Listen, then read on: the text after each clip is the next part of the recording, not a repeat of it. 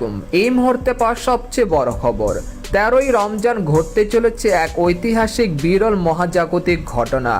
ওই দিন রাতের আকাশে দেখা যাবে রক্তিম লাল বর্ণ চাঁদ, যে দৃশ্য দেখবে গোটা বিশ্ব।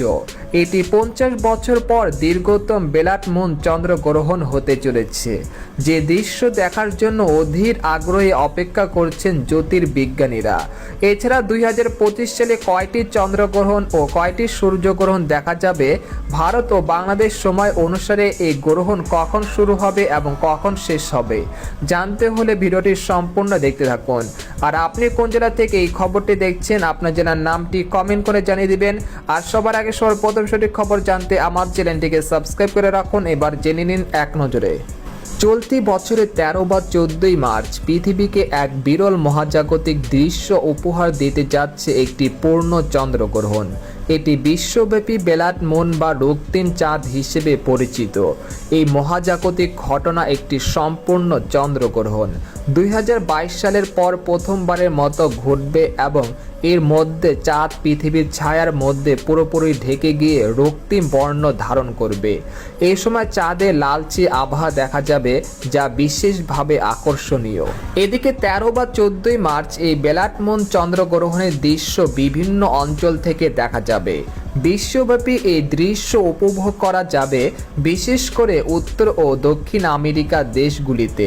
মার্কিন যুক্তরাষ্ট্র, কানাডা, মেক্সিকো, ব্রাজিল, আর্জেন্টিনা এবং চিলি থেকে এই পূর্ণ চন্দ্রগ্রহণ সম্পূর্ণরূপে দেখা যাবে।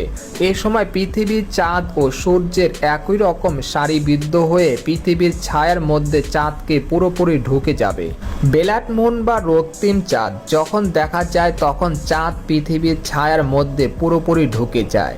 পৃথিবী যখন সূর্য এবং চাঁদের মধ্যে অবস্থান করে, তখন সূর্যের আলো পৃথিবীর বায়ুমণ্ডল প্রবাহিত হয় এবং বায়ুমণ্ডল তার মধ্য দিয়ে সূর্যালোকে প্রতিফলিত করে। এই বায়ুমণ্ডল সূর্যের আলোকে এমনভাবে ছেঁকে ফেলে যে কেবল লাল অথবা কমলা রঙের আলোই চাঁদের দিকে পৌঁছায়।